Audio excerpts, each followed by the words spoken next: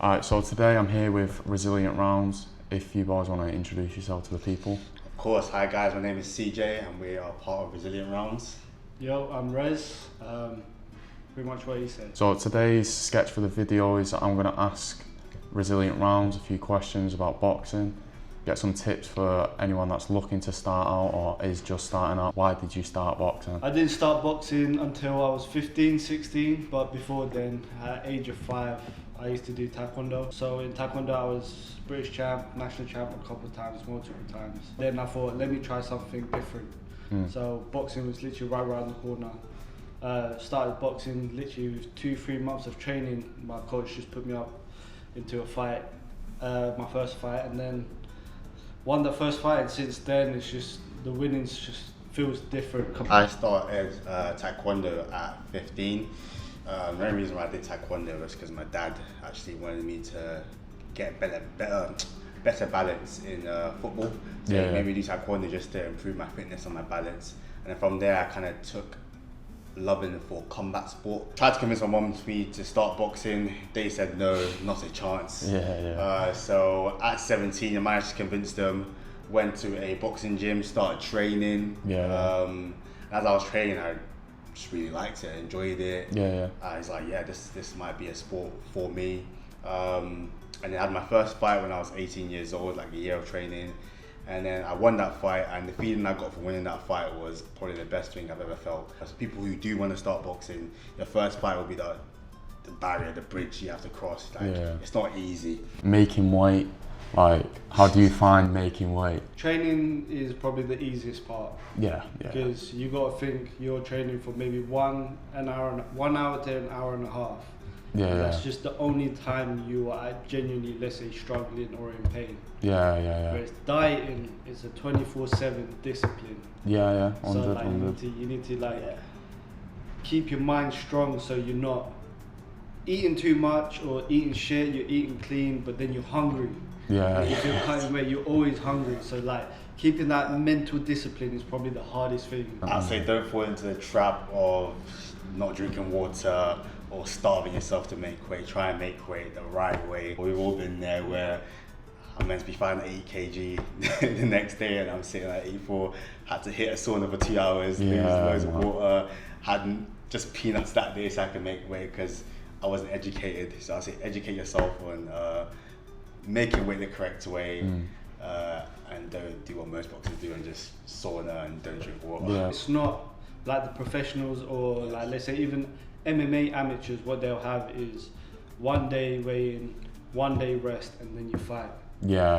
So in amateurs, it's you weigh in, a couple of hours wait, you fight. What would you say is like a good nutrition tip? Like say you've got a go-to meal, you're on a court, what's a good go-to meal? See, I'm Nepalese, so my go-to meal, we say dal, bhat, power is 24 hours. So which is dal means like lentil soup.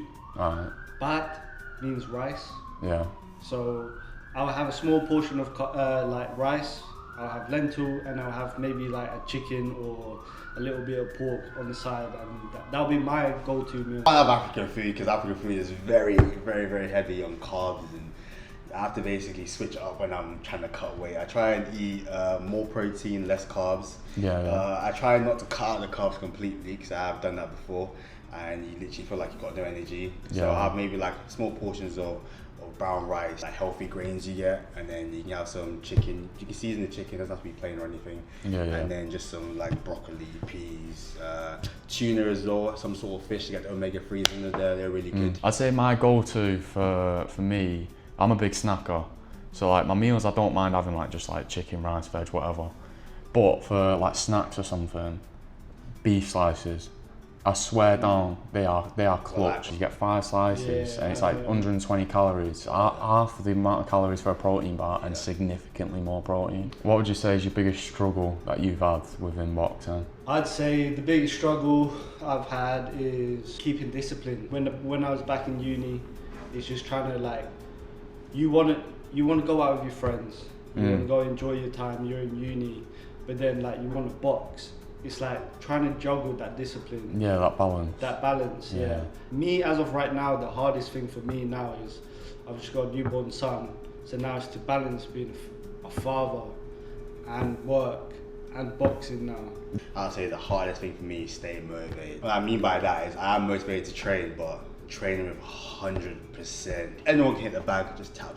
Yeah. If you're putting 50% in, you might as well just not hit the bag. Yeah, you got to be devoted to what you're doing. Yeah, all in or nothing at all. So those times where you're like, I can't be asked, you just got to get yourself in the mood. I like the mindset of like whilst I'm out running, he's kipping. You know what I mean? Like you put that extra yard in and you get that little bit extra out of that fight. You know what I mean? I'd say for me, my biggest struggle within boxing, mindset. Like not so much the staying disciplined or anything, it's like having self-belief. I see it a lot with a lot of amateurs as well, where the second that you don't believe in yourself, you've lost the fight already. You know what I mean? Got to have 100% faith that you're going to turn up, 100%. And that's your ring, innit?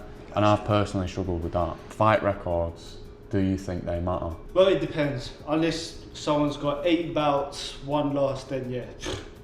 He's got 1 loss for a reason. Yeah, I mean, look at Lomachenko, 300 and something fights, 1 loss. Like, if I'm fighting someone like that, I'd be my bum would be like this. Let's say the earliest stages, I think no.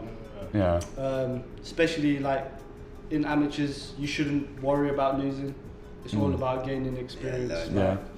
It's not a loss, it's a lesson. So your first, should I say 20 to 10 fights, that's all learning. Because end of the day, that bracket of under 10s, under 20s, I've never got under 10s, everyone is new to the sport, do you know what I mean? Some people might pick up a bit more than others.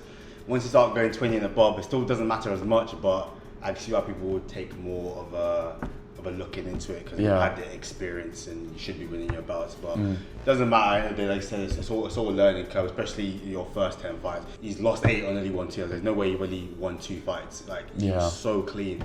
But like I said, the decision might not go your way.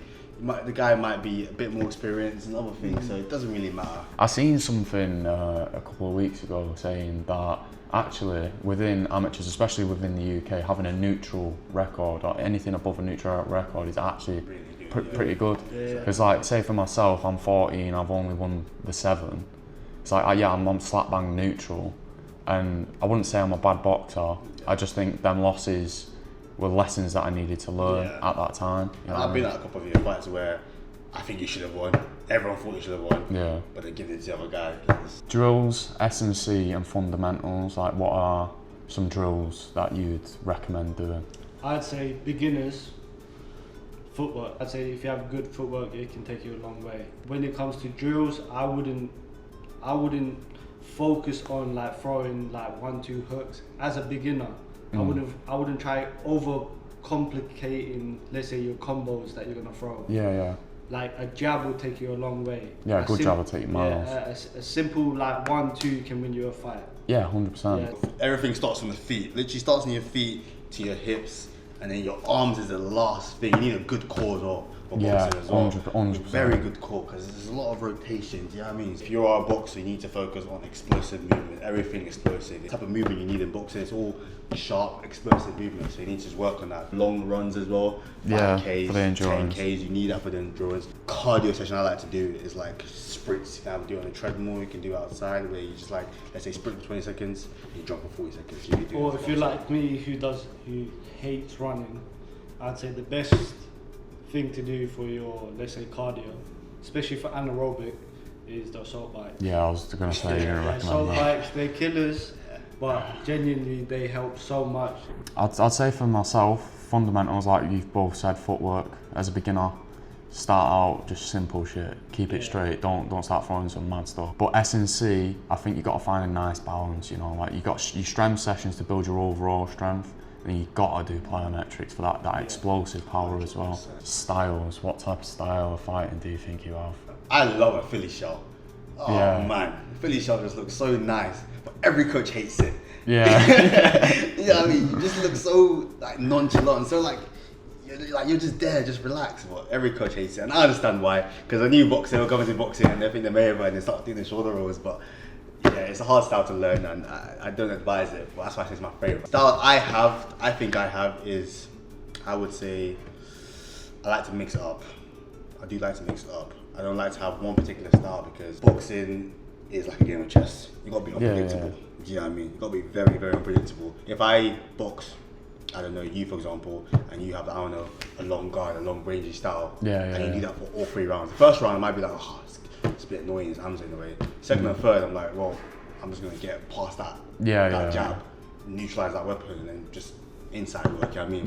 If you're a type of boxer, you can switch it up, then you can go far. So